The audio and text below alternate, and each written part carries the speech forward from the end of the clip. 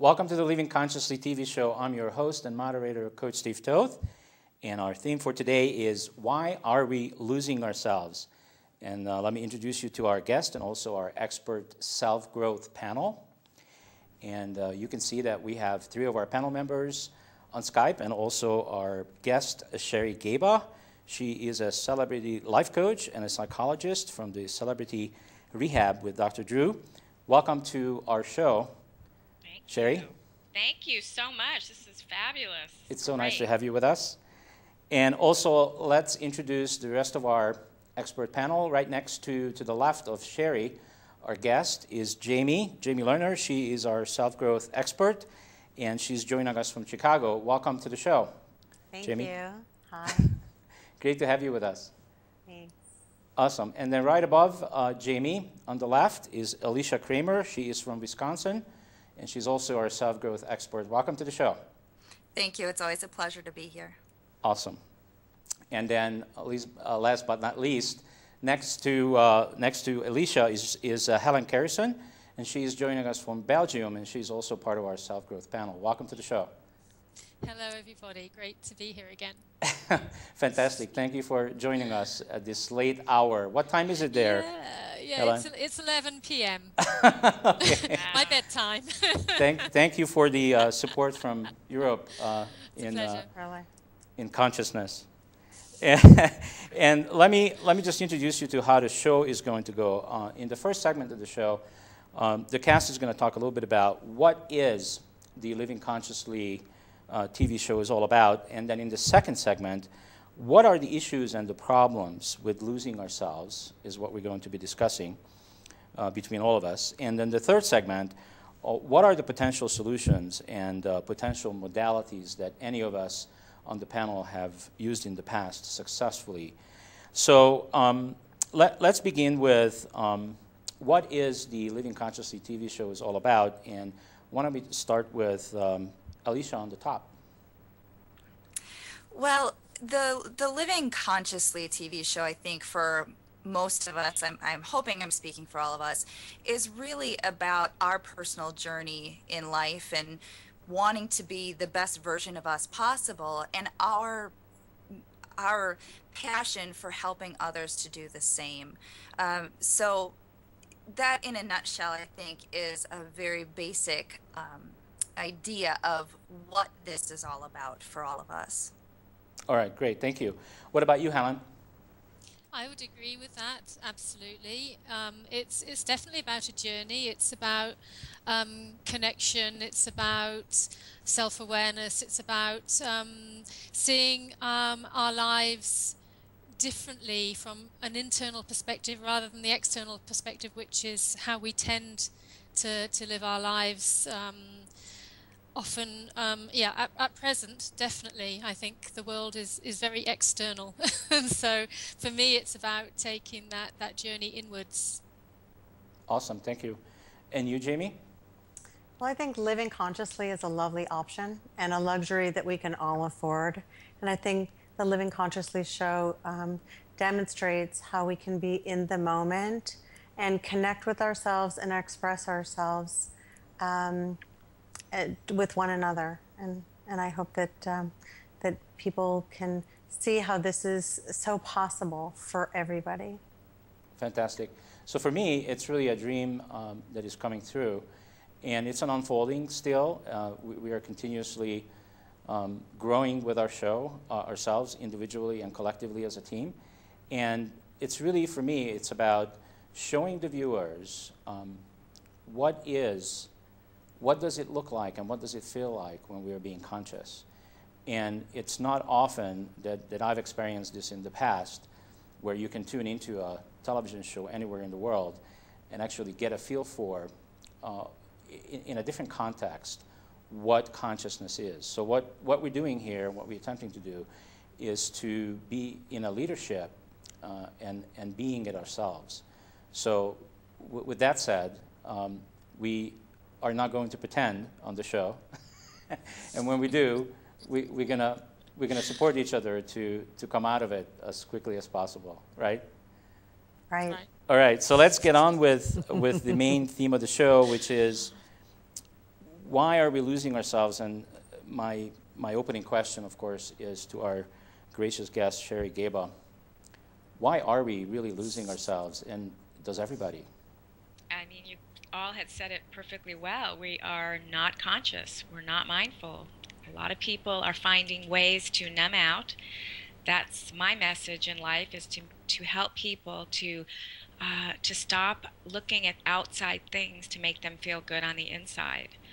Everything from alcohol to drugs to the things we don't even think of, internet, texting, Facebook, being a victim, gossiping. All those things can be called soft addictions. Of course, there's harder addictions, things that actually can bring people to death, and it's scary. That's how big an issue this is. If you're not living consciously, you're probably numbing out on something. It's not just about being mindful. It's about what is it that you're avoiding. And to me, the answers all lie with what's underneath your avoidance. Got it. Great answer. So do you think do you think in any way people try to cover this up, that they are addicted to something? I think there's still shame involved. I mean, here we are in 2011 and people are still not talking about these things. I mean, it's obvious if you're an alcoholic or a drug addict, that's sort of out there, but people aren't really outing other people that have other addictions. Like, I think we're all, listen, I'm in recovery. There's something called cross addiction, and one of my addictions that I'm working on right now is the workaholism addiction. And I think a lot of us are dealing with that in this economy. So one of the things I want to say is, when is it a passion and when is it an addiction? And so it's really important to be mindful that if there aren't grave consequences, so saying that I'm a workaholic, I don't really think there's real consequences except when I'm not in balance and when I'm not conscious. So if you're not conscious, then it may not be a passion anymore, and it may become an addiction. Mm-hmm. And is it because you are serving your ego, or are you serving your higher self? Great. Well, let's define for our viewers, what is addiction? Addiction is when there's grave consequences to your behavior, when you start to lose the people in your life that you love, the things that you love. There could be financial consequences. And again, getting back to the whole message of this TV show, is not being conscious anymore. Addiction is when you are no longer, when you become attached to things, when you do not know how to let go and surrender to the moment and to what is. Addiction is when you are serving your ego versus your higher self. But the main definition is when there are grave consequences. And so if when my book came out last year, The Law of Sobriety, and when my only desire was to sell books, because that's what it became, and I'm a very honest person, but you write the book, you want to spread the message, you have all these great ideas, and then suddenly other people want you to sell your book, and then you become a salesperson. And then I realized, this is not working for me anymore. Now it's becoming an addiction, because all I'm trying to do is sell books. So once I made that shift and decided to start aligning myself with the people that resonate with what I'm trying to do, things are starting to magically shift, and it's a process. It's a great process. I hope that answered your question. Well, there's a couple of follow-ups that I wanted to do real quickly. One is my definition of addiction is really simple. It's something that we do that we simply just cannot stop. Right. Well, it's a compulsive behavior, absolutely. Yes. Yes. I mean, you're absolutely right. It's compulsive behavior. Yes. So I'm interested also, I'm very curious, from your experience, in terms of, with Dr. Drew and other things that you've been involved in, what are the real problems and issues when people are addicted to anything? I mean, how does it show up in terms of the problems and the issues? How do we pay for it? What does it cost us? Well, jails, institutions, and death is how major drug addiction and alcoholism usually lands, but the same can be so for other addictions like sex and love and codependency and gambling and shopping and food. I mean, the list goes on. So it's when other things take over your life, that becomes your higher power. In other words, staying home all day and smoking pot becomes more important than walking your dog or taking your child to school you start giving up and losing everything that's important to you. It becomes your higher power, that addiction. Okay. Well, let's see if we can get the cast engaged in this conversation. let's begin with, is anybody on the cast, including myself, is anybody willing to share anything in terms of our own lives where we were addicted to something, and what were the problems and the issues that it cost us? I'll start. Okay. It's pretty well known to, I make it well known, I don't try to hide it, that I suffered with, from an alcohol addiction from the age of 14 until I was about 28 years old.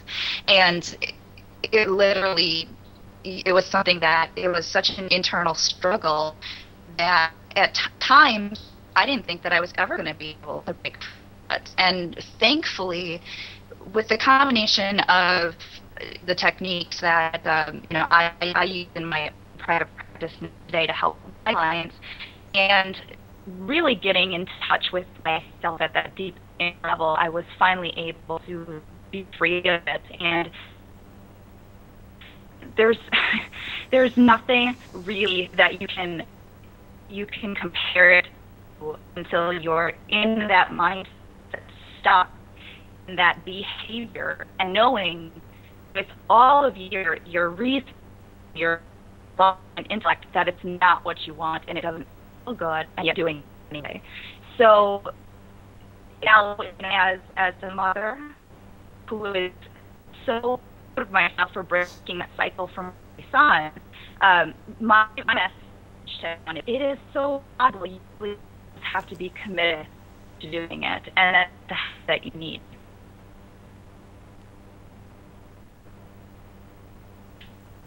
Okay, great. Thank you. Let me ask our guest, Sherry, do you have anything that just from Alicia sharing that you could share with our viewers in terms of what she just shared, your opinion?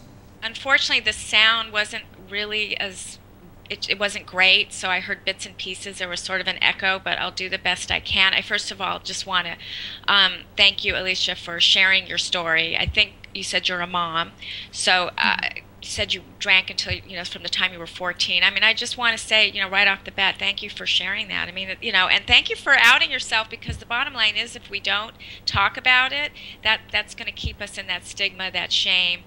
There's nothing to be ashamed of. I mean, it is what it is. It's something that kept you from being available to you and to the people that you loved. And so I'm wondering, I'm kind of wondering what you do, Alicia. How did you get sober? Well, a big part of it was the moment that I found out I was pregnant. That was a life-changing moment for me, and that was the catalyst that I needed to pull together every bit of my inner power that I had literally just given up. From the time that I was a young child, I had given up my power. I was living unconsciously, and that recognition, that realization that things in my life were never going to be the same, and that inner power just showed me that there was something inside of me that was laying dormant that whole time. And by embracing that, I was able to utilize hypnotherapy. I'm a hypnotherapist, and that, I utilize that technique, EFT, short for Emotional Freedom Techniques, another wonderful tool for rapid and powerful transformation, and really a lot of deep inner work, meditation, taking time to be mindful, to be with myself, and really challenging my old beliefs about myself. That was a big part of it, because there was a lot of self-worth issues that were directly to my behaviors. What I'm loving that you're saying is that there are so many ways to get sober. You didn't just say the 12 steps, although I do believe in the 12 steps. I think they're a great program. But I just love that you mentioned so many other ways to relieve you of your addiction. I think that's great. And it just goes to show the insanity of the disease, that, you can quit for your child. I know my drinking didn't really escalate till after I was a mom, but I remember quitting smoking when I became pregnant. So I just think it's so interesting how we'll do it for somebody else, but we don't do it for ourselves. And so I just find that fascinating. Thanks. Yeah, absolutely. And of course, I don't mind sharing one of my biggest addictions, which was gambling, and it's really simple to explain. I lost everything. The only thing that I didn't lose is my life, and that's where I stopped. So I was about to take my life because that's how bad things got. When you lose everything and you have nothing, there's only two places to go: either continue to live or continue not to live.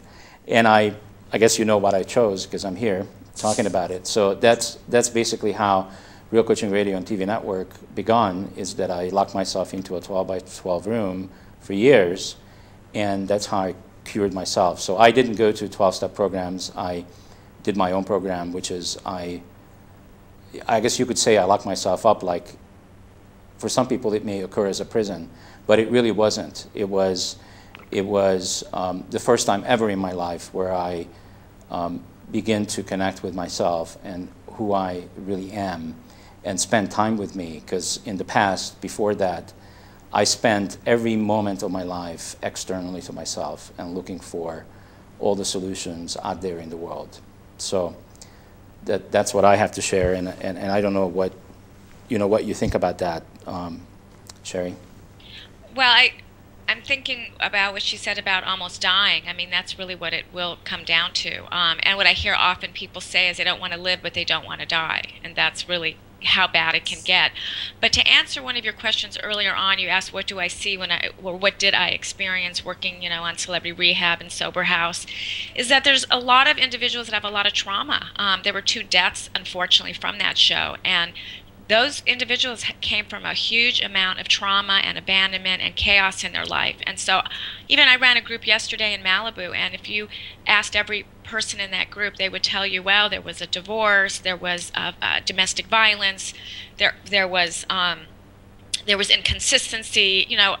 Generally there's a lot of trauma. I mean, that's really my story, but my trauma was pre-verbal. I was in an incubator for 3 months when I was born. At 6 months, my mother was 6 months, and I weighed 3 pounds and fed through my feet, and it was a trauma. And even though it's not something that I maybe consciously can remember, it's in your body, it's in you have cell memory. And so I really believe addictions are a way to deal with that trauma that we experienced. And it could be any kind of trauma. It could be war, earthquakes, fire, 9/11, whatever that trauma was. I see that over and over again, that usually addiction is something to masquerade, to mask a trauma or to deal with a trauma. Do you feel that every one of us on this planet goes through a trauma when we are a little kid? No. No, not necessarily. Mm. I don't think every single person. I think a lot of people that end up with addictions had some sort of trauma. Mm. Do you feel that there are kids that grow up that grow up with a healthy family? Like, I'm just curious about this because I have spoken to so many people in my life, and everybody has a story about how they grew up, and the conclusion that I came to is that we all get somehow damaged when we're little kids, and then we have to learn how to deal with it and grow out of it. Well, that's the beauty, is that if we find people that align with us and resonate with us. For instance, I married someone he basically, this is going to sound very interesting and odd, but he reparented me. The love and support and the safety I get in my relationship reparented whatever I didn't get as a child. And so I was a love addict as well as other as well as an alcoholic, drug addict, and so for me, picking the right person and getting what you didn't need is one way to reparent yourself if you came from a really bad space long ago. I think that I'm a really great example of somebody who, through all my contrast, has stayed in connection and alignment with myself, and really considers myself a pleasure junkie. Whereas I am in pleasure all the time, but so connected and in alignment that it is, nothing is harmful that I choose to do, because I do it from a place of connection first.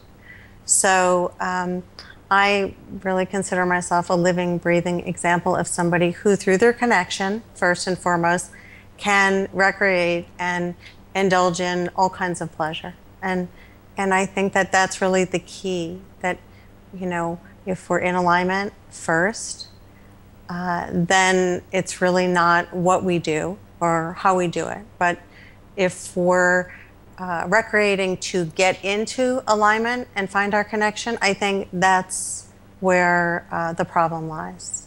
I love that, Jamie. I think that's great. And I'm sure that you are not one of these people that are addicted to spirituality. But I had a great conversation with Steve about that today, last time we spoke.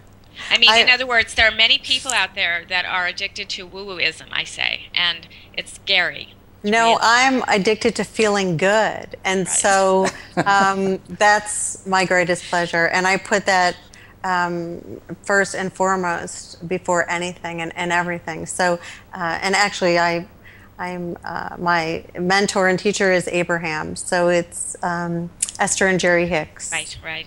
So. Exactly. No, that's wonderful.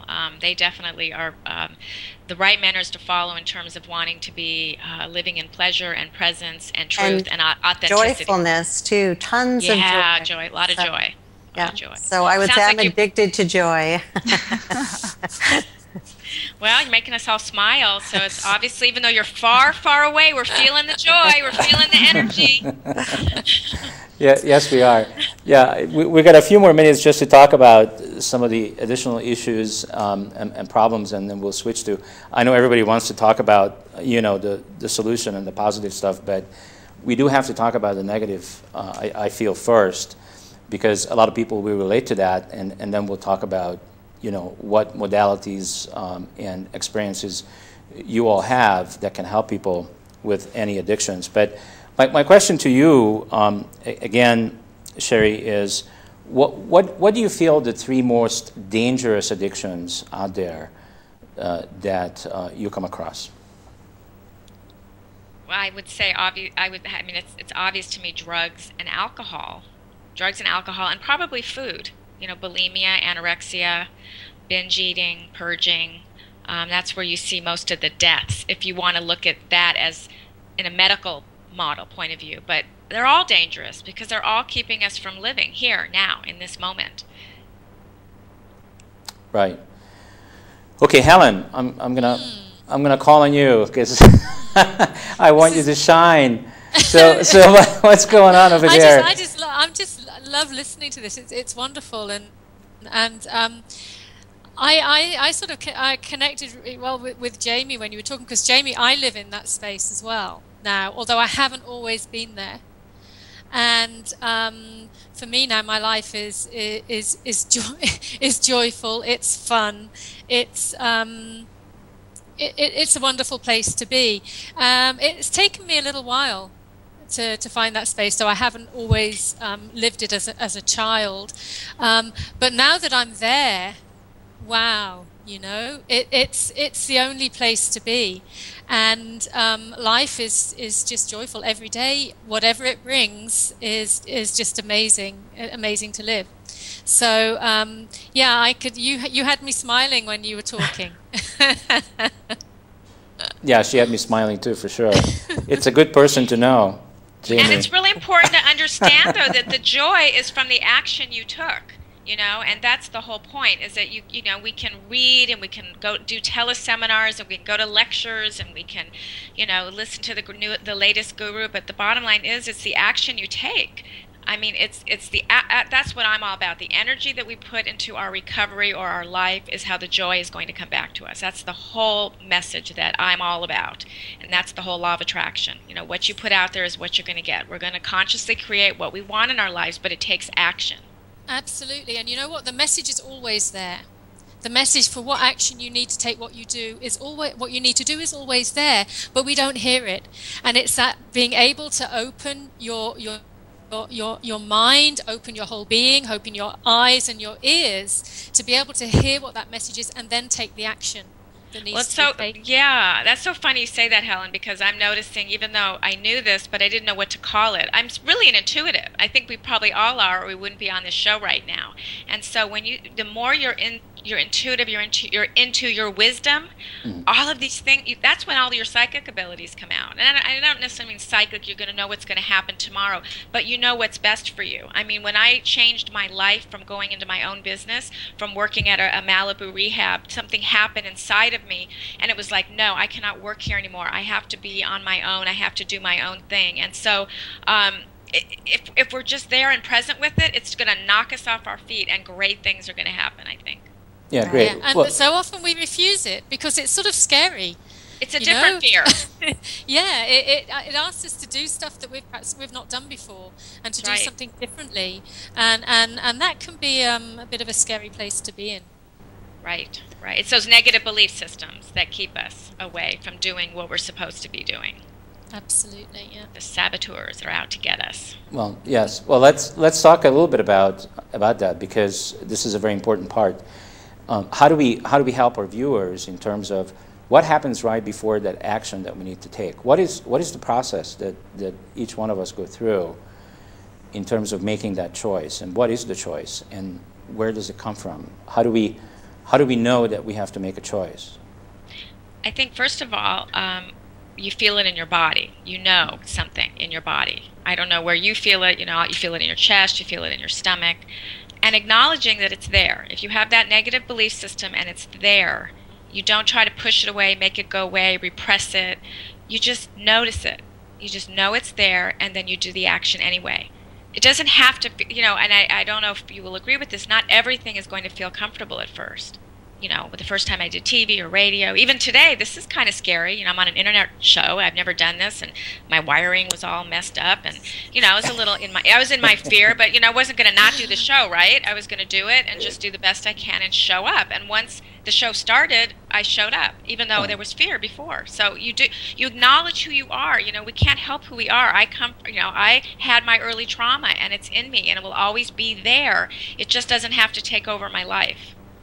And I think to get in touch with our internal conversation that we're having with ourselves is really so important, because if we can identify the tone of the conversations that we're having with ourselves, maybe we can't change the content, but we can change the tone and create a much more loving, supportive conversation with ourselves. And I think that helps us reconnect with ourselves. And we are then reminded that our inner being never turns its back on us. It is always there for us. So we turn our back on our inner being, but our inner being and our inner knowing is always there to support us, to guide us, and to help us. And I love that, Jamie. Yeah. So I love what you said about love. In other words, just love, just self-love. I mean, it sounds really simple, but it's true. If you can shift that negativity to love, how can you go wrong? No, self-love is the beginning of everything. Until you love yourself, you can't really allow another to love you, much less you love someone else. So I think that first and foremost, it's the conversations that we're having with ourselves, not even with others. I'd like to go into that a little bit deeper, if you guys don't mind. What I find, I've seen it obviously with myself, but I also see it with my clients, especially when someone is struggling with an addiction to food or alcohol or cigarettes or whatever it might be, is there's that child part of ourselves where we did acquire some trauma, and oftentimes that's that little negative voice that I think, Jamie, you might be referring to. It's that irrational voice, and when you listen to it, your adult wisdom says that's ridiculous. And we recognize that, and yet that little voice is literally like that child having a temper tantrum. And what I have learned to do with myself, and what I teach my clients to do with themselves, is to treat yourself like you would treat that child. Nurture yourself, be very loving and kind and gentle. And that really helps to facilitate that inner healing process. If you don't acknowledge that, you give in to that voice. You give in to the inner struggle, and then the cycle just continues. And also, That's perfect, Alicia. Separating yourself from that disease. I mean, when I use disease, I mean all the addictions that I'd mentioned earlier. In other words, there's authentic Alicia, and then there's the Alicia that's in the disease, and to be able to separate them and see that they're really two different people. Mm-hmm. Right. I call it the true self and the not us. Yeah. The not us, our egos. Well, I actually had a fantastic example yesterday of this conversation that I think deserves sharing it between Jamie and myself. And it was a priceless conversation. And I'm going to see if I can summarize it and recreate it here on the show. So what we talked about yesterday, Jamie and I talked about, is that I noticed, with myself that I took on something really huge when I created this television cable show, as well as everything else that I'm doing with Real Coaching Radio and TV Network. And I'm noticing that some of the people that I have around me are really not getting things done as quickly and as appropriately as I would like them to be. And interestingly, I knew that when I hired them. And then what did you tell me, Jamie? What did I tell you? Do you remember? I just asked you how soon you knew that and how long it took you to actually do something about that. Right, and that's really the core of that conversation, is that from the time we know something doesn't feel right, how long is it going to take to put the correction in? I mean, how do all of you hear that? I'm just curious. That's the key, isn't it? That's how conscious we are. Because for me personally, I knew for years that a relationship I was in wasn't right. I knew it. I knew it inside of me. I could feel it. However, I reasoned myself into staying in that relationship. I talked myself into it. I rationalized it, even though all my feeling and my instinct was saying no. And for me, it took me probably 3 or 4 years to really take the action that was needed. And that's the difference between knowing the feeling and letting it, really acknowledging it, and then actually acting on it. But I think that if we know how we feel and then we acknowledge it and still choose not to act on it, I think it's okay. So I think if something comes to our attention, like not a good relationship, and we say to ourselves, I know this is not a good relationship that I'm in, but I'm choosing to stay in it for now because I'm not in alignment with ending it. Right. Then That's I a very think good point. yes, then you are not a victim to anything. You are still in your power, and you're choosing every moment to wait until you feel that you're in alignment with making the change, and then you make the change. And sometimes we never make the change, but the acknowledgement and the knowing allows us to never feel like we are a victim to any other person or situation. And I think that is so important. That's what I was saying earlier, Jamie. Oh, I'm sorry, Alicia. I'll just say it real quickly. That's what I was trying to say earlier about you first acknowledge it. Acknowledge it. You have to, let it, accept it. I think it's all about acceptance. I accept I'm doing this. You're right on. If you accept it and you do it anyway, it doesn't become. No, it's a choice. Then it's a choice. Right. You're choosing it. So you're choosing to be whatever you're choosing to be, and there's a lot of freedom in choice. So you are choosing. However, you're choosing from a limited space. I made that choice to stay in that relationship. However, I was choosing from the small me. I wasn't at that stage connected with me inside, who I am and what I need and what I don't need, and what I will accept and what I won't accept. So yes, I made a choice. However, for me, it wasn't a choice from my higher self. But that's okay. It wasn't a fully conscious choice. But you weren't a victim. And so no, not as such. Only in the sense that I chose to stay in something which wasn't honoring me. And I think that for all of us, we do that until we realize it isn't serving us and it's not feeling good. And then we make another choice. So it's just a series of moments and a series of choices. And then there are no mistakes.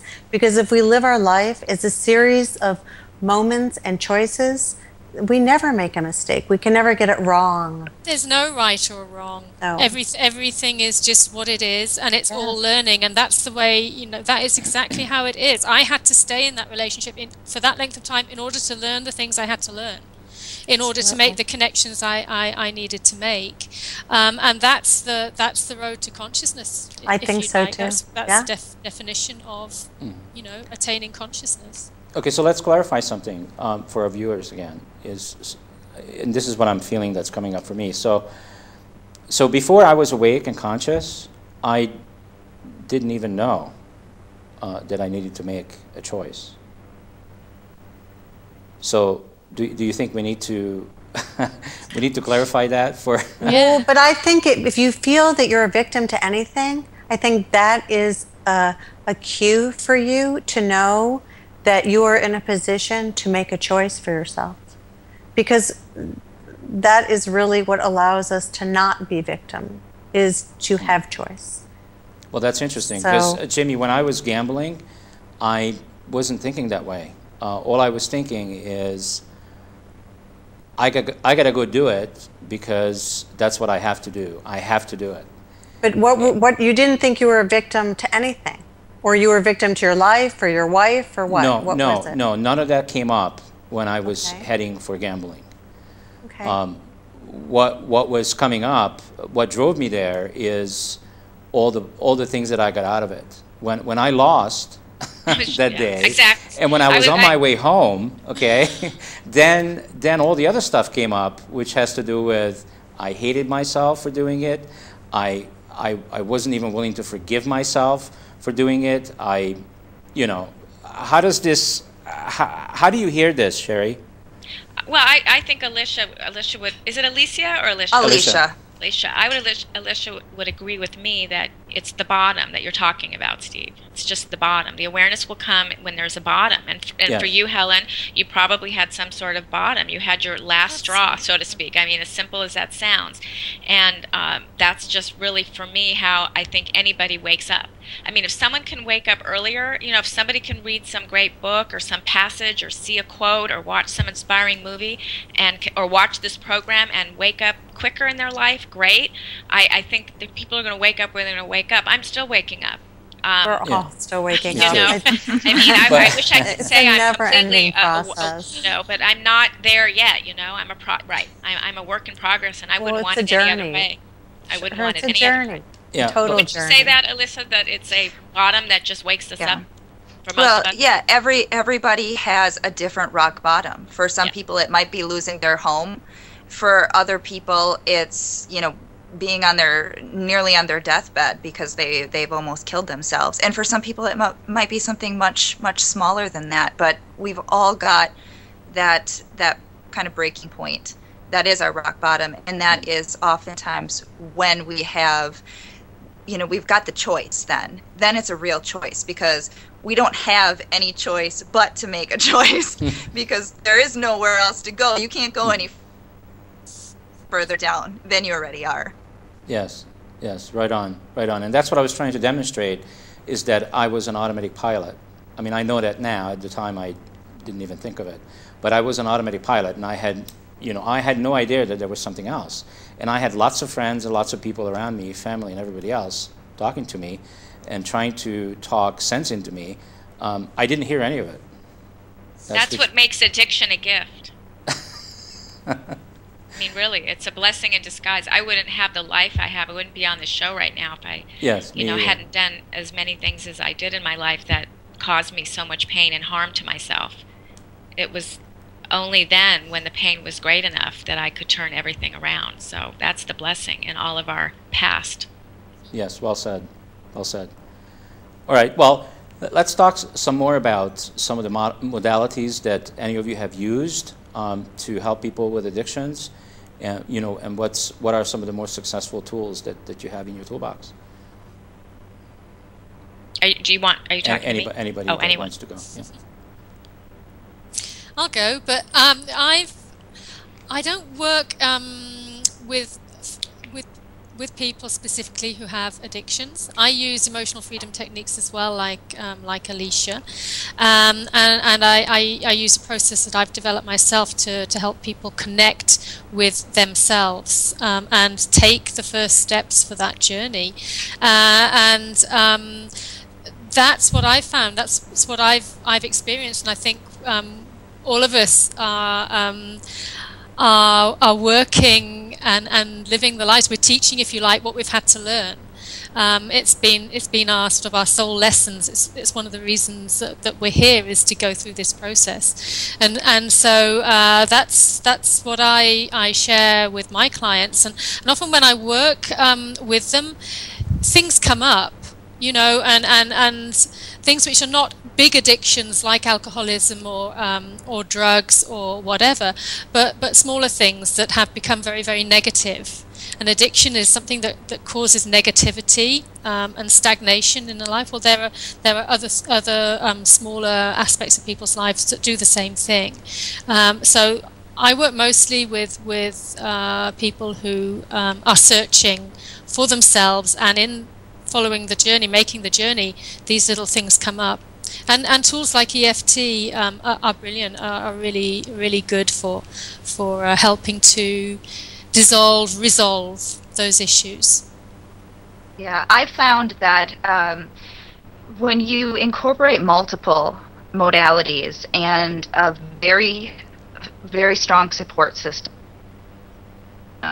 that's when you have the best results. You know, hypnotherapy is such a fabulous tool, and I've helped clients. I've seen transformation where they've literally gone from walking into my office as an alcoholic and leaving as as an ex-alcoholic, where that transformation was very rapid for them.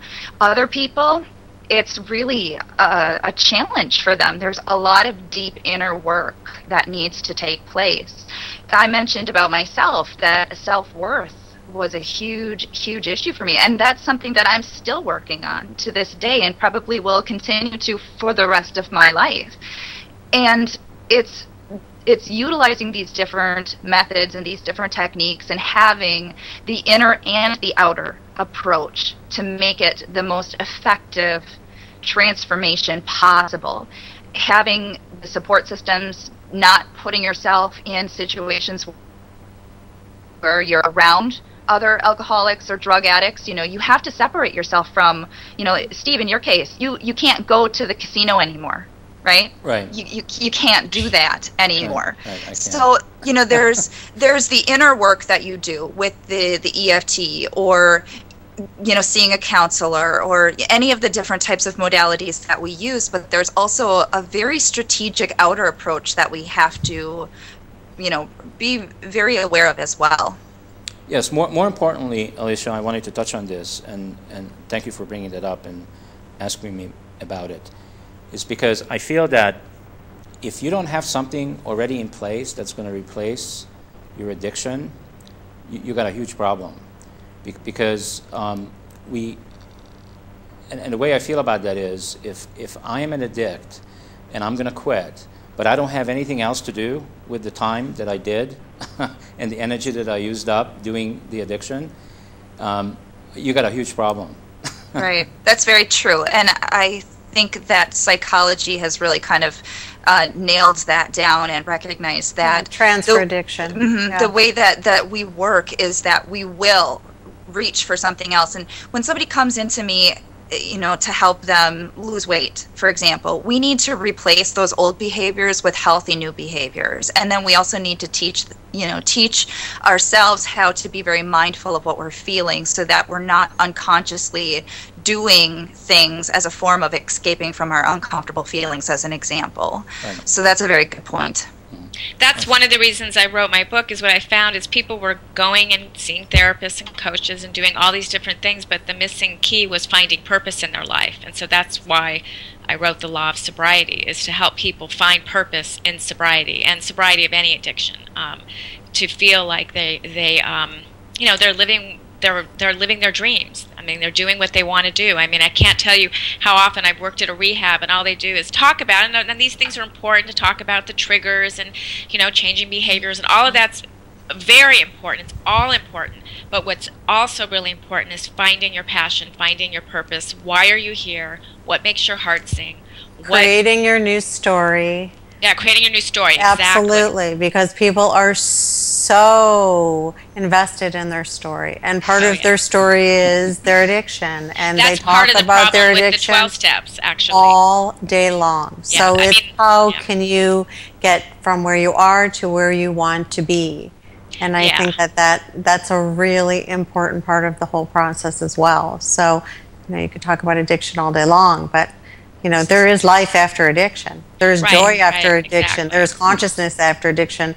There is connectedness after addiction. And I think a lot of people kind of lose that piece when they're talking all the time about their addiction. Mm-hmm. So and that's the missing piece of 12 steps. I mean, again, I love the 12 steps when you're first getting sober. I think it's a great modality in the very beginning when you're, you know, getting off the streets. But I think eventually it stops.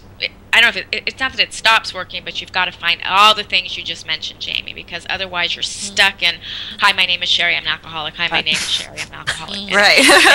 And that's it, you know. And that's why I get a lot of people that come to see me, and it's like, okay, now what? I've been going to meetings forever. Why am I so unhappy? I'm this close to a relapse.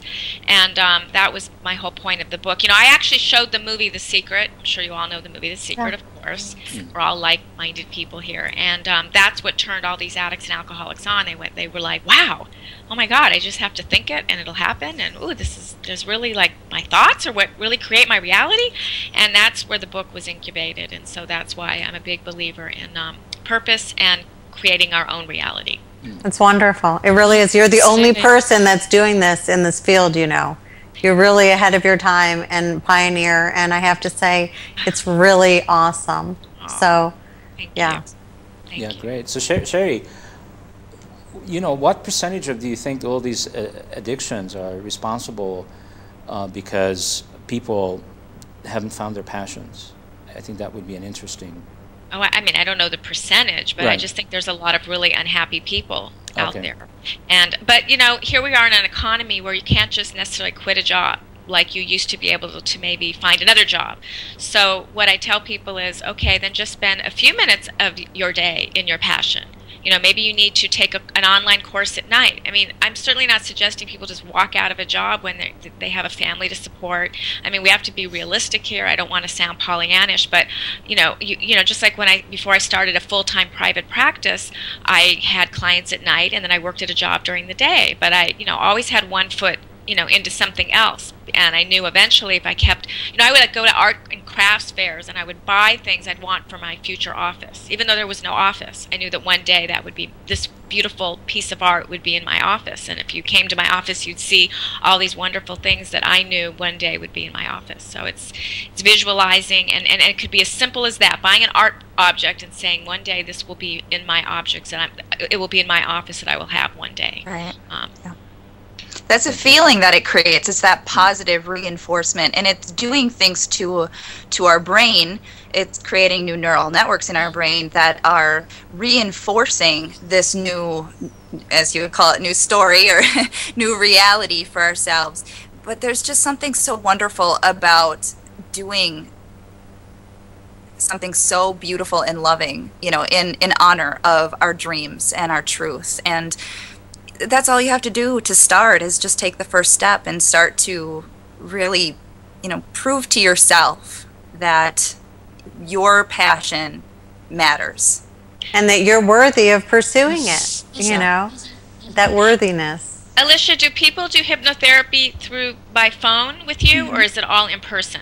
No, I do have a local practice, but I also work with people over the phone. Wonderful, because I absolutely believe in that modality for many people that struggle with addiction, anxiety and anxiety. I think that is the best modality for anxiety. Yes, it is very effective. Which is underneath the addiction often. Yeah, well, and you know, in my case, when I started drinking at the age of 14, prior to that, I was struggling with depression already. So, and by 14 was kind of that age that kicked off the first suicide attempt and the first, stealing alcohol and stockpiling it in my bottom dresser drawer. And so that was definitely underneath the addiction and underneath every other horrible, terrible, mean thing that I did to myself all of those years. So they do go together, and they all need to be addressed.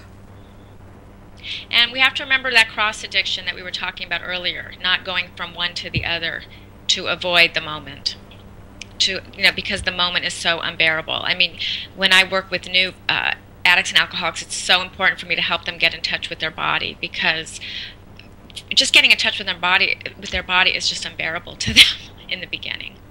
It's just unbearable. It's the connectedness, and yet when they get that connectedness, it's such a relief, it's like coming home. Well, that's where the freedom is, right? Yeah, absolutely. Is there such thing as good addictions, or all we have is just bad addictions? Jamie seems to have some really good I think there's a lot of good addictions. I have to say, I am addicted to a lot of wonderful things. And dark chocolate. I love dark chocolate. That's a good addiction. No. And it's really not what you use, it's how you feel about what you're using when you're using it. And if you're connected to, and I think that goes for everything, it's that whole alignment piece, If you're connected and in alignment with it, then, go for it, because it can only be good. You're starting off feeling good, and then you're using whatever you're using or eating whatever you're eating to enhance your already good feeling. Well, the better it gets, the better it gets. And yeah, I've kind of got a rule of thumb. If you feel guilty and if you shame yourself afterwards, then it's not in alignment. No, absolutely not. So if you could it's feel not a healthy good about choice. it before, during, and after, then you're completely in alignment with it. So it's so funny. That reminds me, years ago, part of my addictions were love addictions, and I remember I was probably in my 20s, and a therapist said, "Does he make you happy?" I mean, what a simple question, but boy, isn't that the truth? The person doesn't make you happy, then it must be the wrong person, And so it's so blindingly obvious, right? Right, exactly. We don't see it, or we don't. It doesn't compute. Right. But really, nobody can make us happy. I mean, if we're happy, everyone's going to make us happy, but no one can make us happy. No, it has to come from inside. Absolutely. It has to be the happiness that comes from inside that radiates out.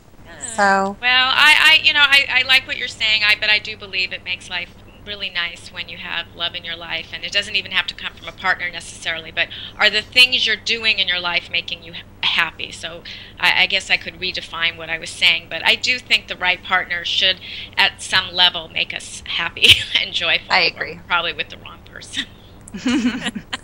Well, this has been a fantastic hour. I really enjoyed it, and thank you very much for all the interactions between the cast and also with our guest. And this is all the time we really have for today. And I want to thank many thanks to our viewers and also our guest, Sherry Gaba. She's a celebrity life coach and psychologist from the Celebrity Rehab with Dr. Drew. Thank you. And you've been very delightful, and thank you for all the great information that you have passed on to our viewers, as well as our self-growth yes, cast. Thank you. Thank you so much. You guys have been awesome. And also our crew, of course, everybody behind the glass door there, especially Anne. And don't forget to go to our website at livingconsciously.tv and vote for our shows. The more you vote for our shows, and we are on episode 9 now, so you can still go back and vote on all the previous shows as well. The more they get to be played on channel 56, 57, and channel 219. And also all of our shows, if you, of course, don't live in the Denver area, which is where Comcast cable TV is, you can watch our shows on the internet. They are uploaded there at www.livingconsciously.tv. So thank you, everybody, again, and until next week. Have a fantastic week, and also the rest of this beautiful weekend that we have. So see you next time. Thank you. Bye. Thank you. Bye. Nice meeting you all. You too. Thank you. You too.